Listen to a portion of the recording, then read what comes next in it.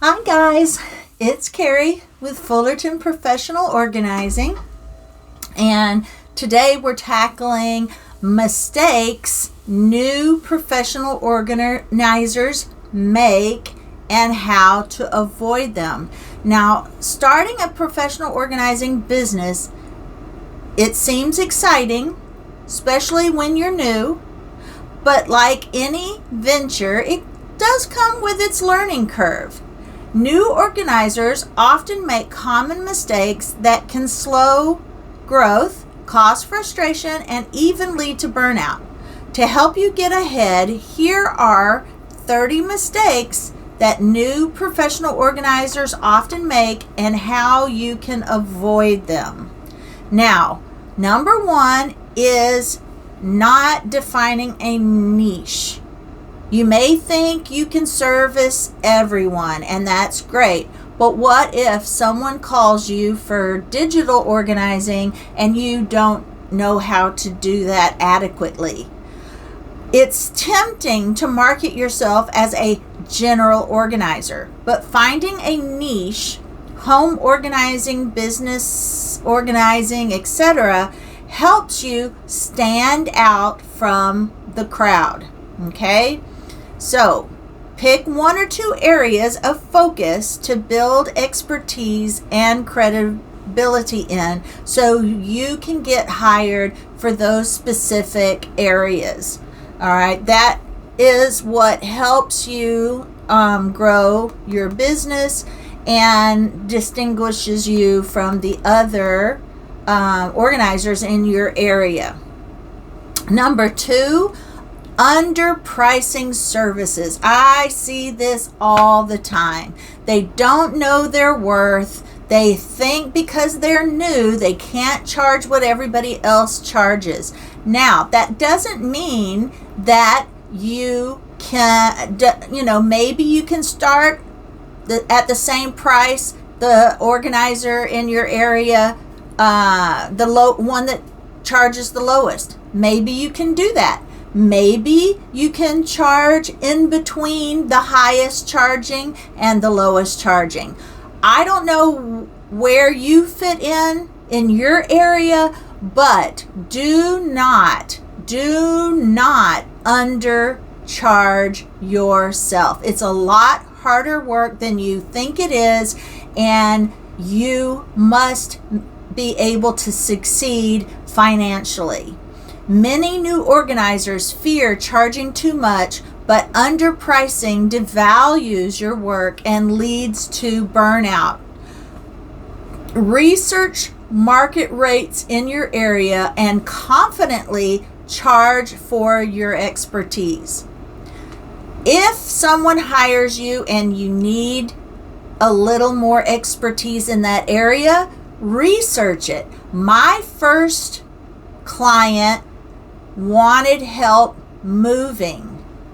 Now, I thought she needed help moving everything in her home, so I researched everything I could about organizing and packing, and all she wanted was someone that would take care of her craft room and organize the packing in a way that would protect her craft items, and I did that. So, did I over prepare? Yes. But did I have the expertise now if anyone were to hire me for moving? Yes. Now, with that said, I don't enjoy packing at all. I hate it. It's very tedious to me. I'm impatient. I like things to go quickly, and packing is something that you have to be meticulous and slow at. So my niche is not helping someone pack for a move. I'm also afraid that I will break something and have to replace it, and that horrifies me. However, I'm very good at the unpacking and being very careful and meticulous at how I organize things after a client has moved in and needs help unpacking and organizing their new home. Love, love, love it. Okay? So that goes back to your niche and knowing what you love to do for a client. Therefore, if you love it, you will do it well. Okay? I know that I hate packing. Therefore, for a client, I will be more meticulous, but for my own packing in my own home, I kind of don't care as much. So I don't want that to carry over. So I would prefer to unpack for clients. I love that. So that's why a niche is also so important. Okay, because you will do well what you love to do. Now, number 3, not having clear boundaries. Without defined boundaries, you may end up working late hours or taking on difficult clients that drain your energy. Set work hours and client expectations from the beginning. Okay, on Saturdays, I had clients that wanted to work on Saturdays, but I didn't want to work all day every Saturday. So my boundaries were, if I work on Saturday, I work 1 to 4. That way I still have the morning with my family and after in the evening with my family, and still was able to get things done for my client. Now, I'm not going to say that if they needed more hours that I would never, ever, ever, ever work more hours on a Saturday. If it were an emergency, I would definitely help them out. But those boundaries are so important, because once you do something different for one client, you feel like you have to do it for all your clients. So my Saturdays are 1 to 4, and I do not work Sundays because that is my time for church and that's my downtime. Okay, so there are boundaries. Set work hours and client expectations from the beginning. If you want to answer phone calls all the way till midnight, or if you do not want to answer phone calls all the way to midnight, make sure your hours are stick to your hours so that you are not burning yourself out answering phone calls at all hours of the night. All right. Now, 4, not setting a formal business structure. Many start without establishing their business legally, which can lead to tax or legal issues later. Avoid it by forming a business entity like an LLC and register for any necessary license. 5, ignoring marketing. Relying on word of mouth only can limit growth in the beginning. Word of mouth is great, but you've got to establish trust,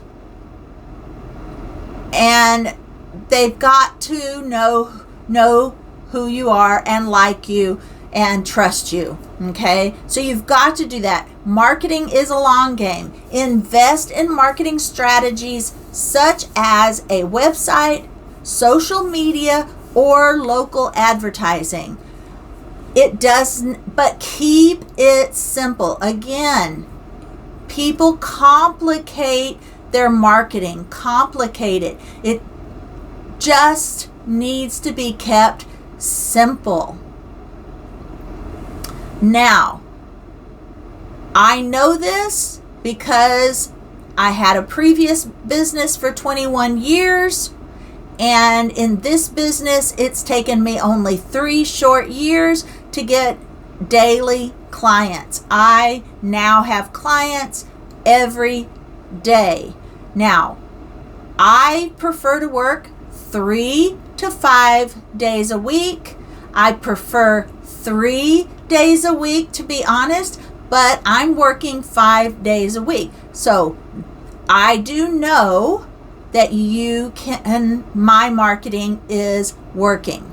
All right. Number 6, skipping client contracts. Without a contract, guys, disputes may arise over the scope of work, payment, or timelines. Now, I have not ever had this happen in 24 years of owning a business, but those contracts are important. Now, one time, right when COVID hit and shutdowns, I did have a client on the books, and she wanted her money back, and she reminded me of what was in my contract. I gave her money back, but that is as close to anything that has happened to me contract-wise, but I guarantee you need a contract.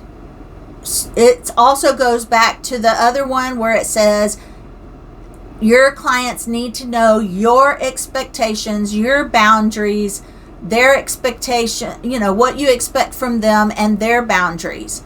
So don't skip the contract. Always use a signed contract that outlines the details of the project. Okay? Now, number 7. Not asking for testimonials. Don't be shy.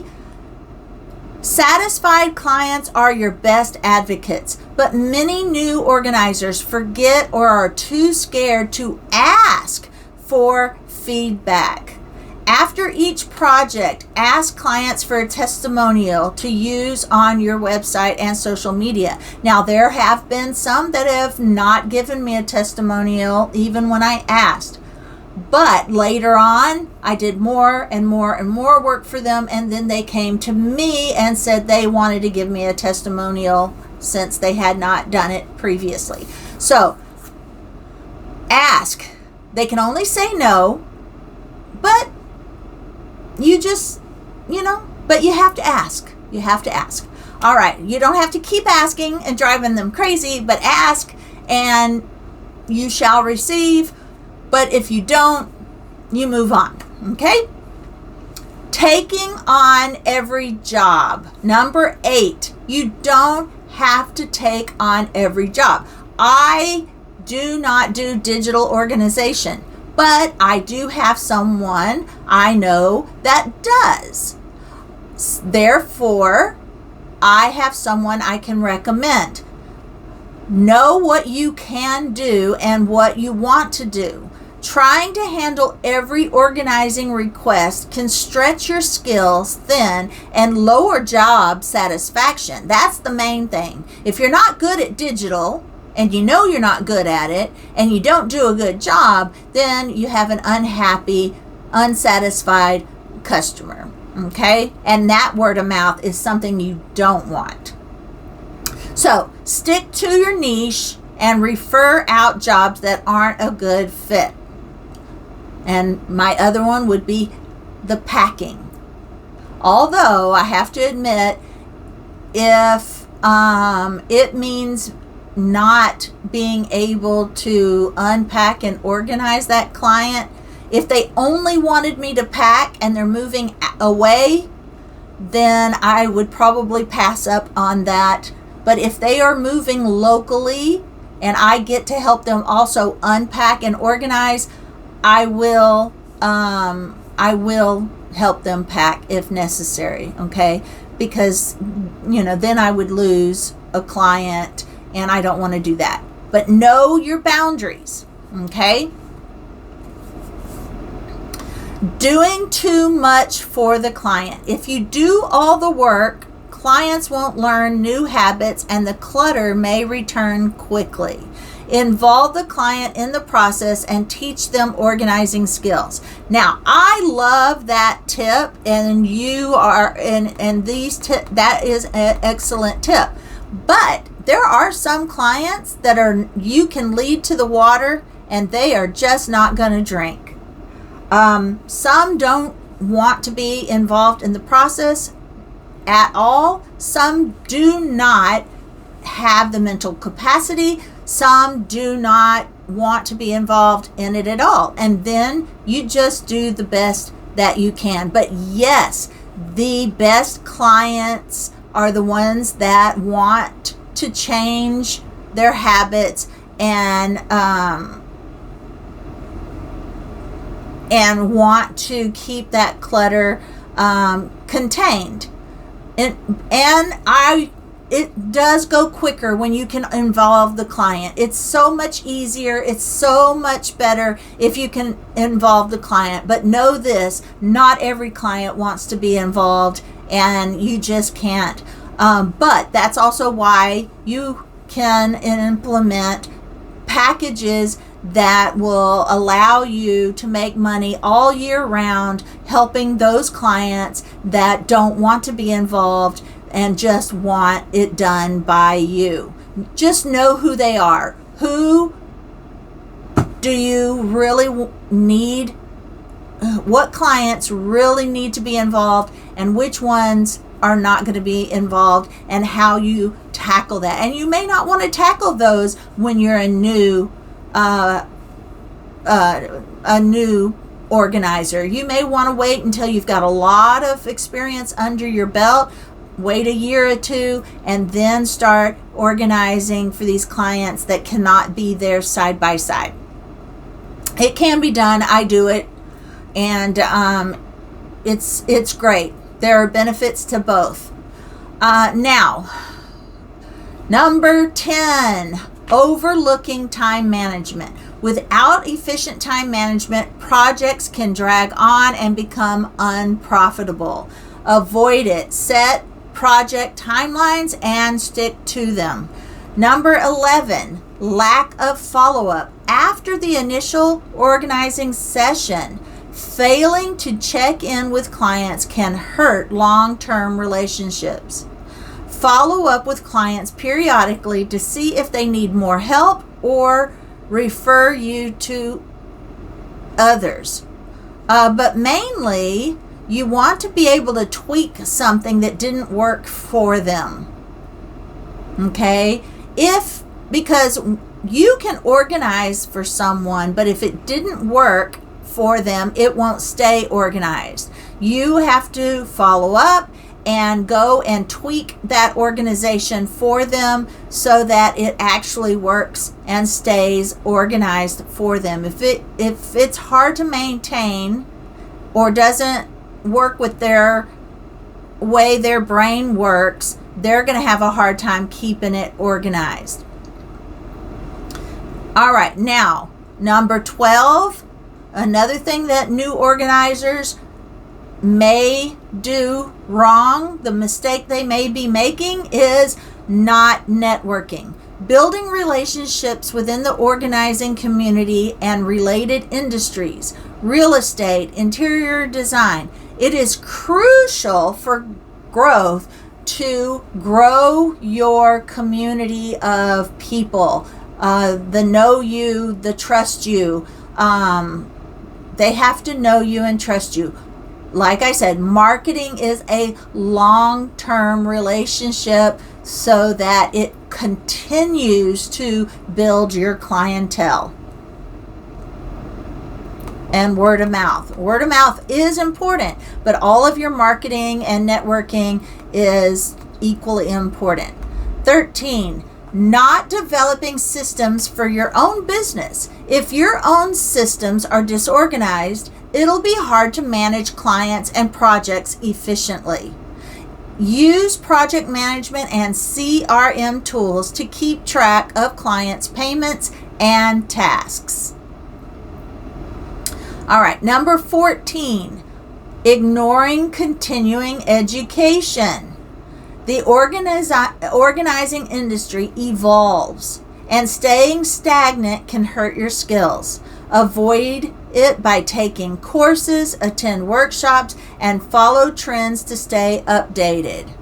I'm now at a place where I next year am going to the organizing summit they're having in Dallas. This year they had it in Austin. I should have gone, but I did not go. It is in September, I believe. Again, but this time it will be in Dallas, and I plan on being there next year. Now, it is $600 or more, but I plan on being there because continuing education is very important. 15, trying to be perfect. Many new organizers aim at perfection in their work, but this can lead to delays and frustration. Aim for functional solutions rather than perfection every time, okay? Just start your business. Don't wait until you're perfect to start your business. You're going to learn as you do hands-on. And if you're always communicating with your client about how she needs it, not how she wants it necessarily, but that's important too. How she wants it, how she needs it, what's going to work for her. She's going to want you to find solutions for her, and all of that works together to find the right solutions. Number 16, not getting feedback from your clients. You have to get feedback from your clients. Now, I have to admit, I send out messages for feedback, and I really don't get answers back, but they do keep hiring me, so I'm good there. But you do need to attempt to get that feedback so you can continue to grow. Assuming clients are happy without checking can lead to misunderstandings. Regularly ask for feedback to ensure clients are satisfied with your services. Ask while you're organizing. Is this working? Do you think this will work? How is this going for you? You know, there's a lot of questions you can ask the whole time that you're organizing or at the end of each session. And, later on down the road, how is this working? Is there something I can fix for you? All right, now, number 17, failing to establish a brand. Your brand is more than just your logo or your colors. It's how clients perceive you. When they look at your website, do they see a minimalist, or do they see a professional or this? Who are you? Develop a cohesive brand, including your messaging, values, and online presence. Like for me, I am a faith-based organizer. Now, do I push my faith? No, but it is a part of who I am, and they can see that of course, you can hear that in the podcast. And it is who I am. It is in my, it's just who I am, okay? And they can see that through my posts on my personal page as well as my business page. Now, 18, underestimating clients' emotions. Now, when I was a new organizer, that's the one thing that I probably did do wrong. That was a mistake. It's not that I didn't underestimate it, but I didn't portray it in a way that it looked as if I was ignoring that it was going to be emotional. I didn't portray to the client that I was going to take their emotions in stride and that I knew that they were going to have those emotions, okay? Clients often have deep emotional attachments to their belongings, which can make organizing challenging. So approach each project with empathy and patience, which is what I do, which is why my clients like me. But sometimes when I expressed myself in the beginning, it seemed as if I wasn't going to be empathetic and patient. So now I make sure they know up front that I'm going to be empathetic and patient, and we're going to work through this together as a team. 19, You can't be afraid to talk to your clients and ask questions and work through their emotions. You just can't. Number 19, not taking care of yourself. Now, it is easy to neglect your own needs while growing your business. If you have been there 8 hours already and a client wants you to work another hour or two, you've got to know those limits. You've got to know, I work 6 hours. I cannot work 8 hours. I can barely get through the 6. Well, I can get through the 6 hours without a problem. But when I get home, my back and my feet hurt tremendously. So you have to know your limits. I know some organizers only work 4 hours a day with clients, and that's all they can do. But when you're up front with your clients and you work it out in a way that it's a teamwork effort, you can make your hours work for you so that wear and tear on your body, because it's not always these little fancy, just add in some little fancy bends and you're done. This can be very physical, hard work. So you can't neglect your needs. You have to drink plenty of water. Set aside time for rest and self-care to avoid your burnout. You can't work 7 days a week and not just, have a very hard time. Your body has to have time to recover. I just can't emphasize how hard this work can be on your back and your feet. Now, number 20, not building an email list. Without an email list, you miss out on a valuable way to nurture client relationships. Start building an email list from day one to stay in touch with potential clients. Number 21, forgetting to track your expenses. Running a business comes with cost, and not tracking them can lead to financial surprises. Using accounting software or hiring a bookkeeper to keep your finances in order is a great way to avoid surprises. Number 22, some new professional organizers are not offering a range of services. Only offering one type of service can limit your client base. Offer different packages, consultation, hands-on organizing, maintenance, to cater to different needs of your clients. That's also how you get the year-round organizing. You have to have different types of clients and different types of services that will keep you working year-round. Now, on number 23 is relying on social media alone. While social media is great for exposure, relying solely on it can limit your client reach. Use a mixture of marketing strategies, including email, networking, and in-person events.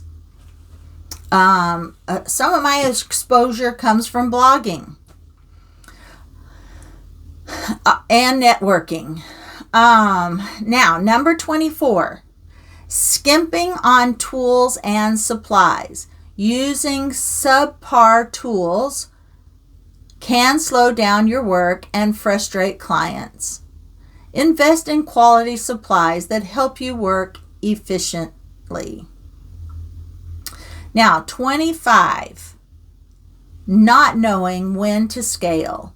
Many organizers struggle with knowing when to grow their business and bring on help. If you're consistently booked, consider hiring an assistant or other organizers. All right, that's where I'm starting to, need to work on. You can hire part-time contract.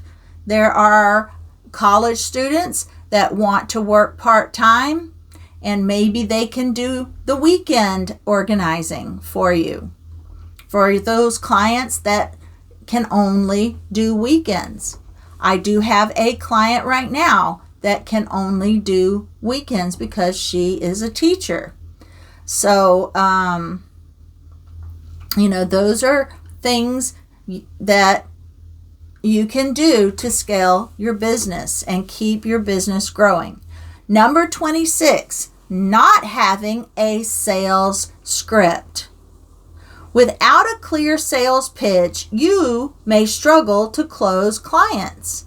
Develop a script for consultations that communicates your value and expertise. Memorize it. Know how to talk to clients. You've got to know how to talk to them and how not to be afraid to sell who you are and what you do. You can't be afraid. I've been in sales for so long that it's second nature. It's not even anything I think about. It's just what I do. I have a business. I know that they need it. I know that they want it, and I don't have a problem with it. I don't even have a problem if they say no. I've been in sales so long that I know that it takes a lot of no's to get a yes. Now, that's when you're selling a product. When you're selling your services and they're calling you because they already want it, then it's not as hard. Okay, number 27, not setting realistic expectations. Clients may expect unrealistic transformations based on TV shows. Now, to avoid this, set clear, achievable goals with each client from the start. This is something you have to talk about in the consultation. You've got to explain that, and you don't have to really even explain it. You ask questions to see what they're expecting, and then you answer accordingly. But they need to know that you can make it look just like it is on the TV if they're able to maintain it. But if they're not able to maintain it, you have to organize their home in a way that is easy for them to maintain with the way that their lifestyle is. Okay? So that is how that has to be communicated at the very beginning. Now, that's why I say you cannot be afraid to ask questions and talk to your clients because they have to know exactly how realistic it is for the job to be done in the time frame that they want done, etc. Now, 28, forgetting to celebrate wins. Running a business is hard, and new organizers often forget to celebrate their success. Take time to acknowledge and celebrate your accomplishments, no matter how small they are. Buy yourself flowers. There's little things that you can do to celebrate your accomplishments. And when you get through with an organizational job for a client, maybe buy yourself a little flower and buy them a flower to say thank you. Your thank you for your accomplishments to make yourself success. Okay, let me start that again. I don't know where that little stutter came from, but to celebrate your wins is also celebrating, can also be used to celebrate them and for hiring you. So, buy yourself and them a little thank you gift. 29, not using testimonials in marketing. If you have great reviews but don't showcase them, you're missing out on a powerful marketing tool, and you have to be able to ask for those testimonials and you have to use them. Now, they still need to be anonymous, but you put the initials and the town if you do different towns, post them. Now, last but not least, not asking for referrals. New organizers often forget that satisfied clients can lead to more business. Always ask for referrals and make it easy for clients to recommend you. You can buy a handful of $25 gift cards from a restaurant as a thank you gift to these clients that give you referrals. They get to take their family out to eat, enjoy a good meal, and you get a new client. Now, which of these mistakes have you made in your organizing journey, and how did you overcome them? Share in the comments if you're already a professional organizer, and especially if you're a new organizer. But let's help each other on this journey. Now, ready to avoid these common pitfalls and build a thriving organizing business? Contact me today for a free consult and let's set up your business for success. You can reach me email at carrie.fullerton@gmail.com. And I will have that information in the description below.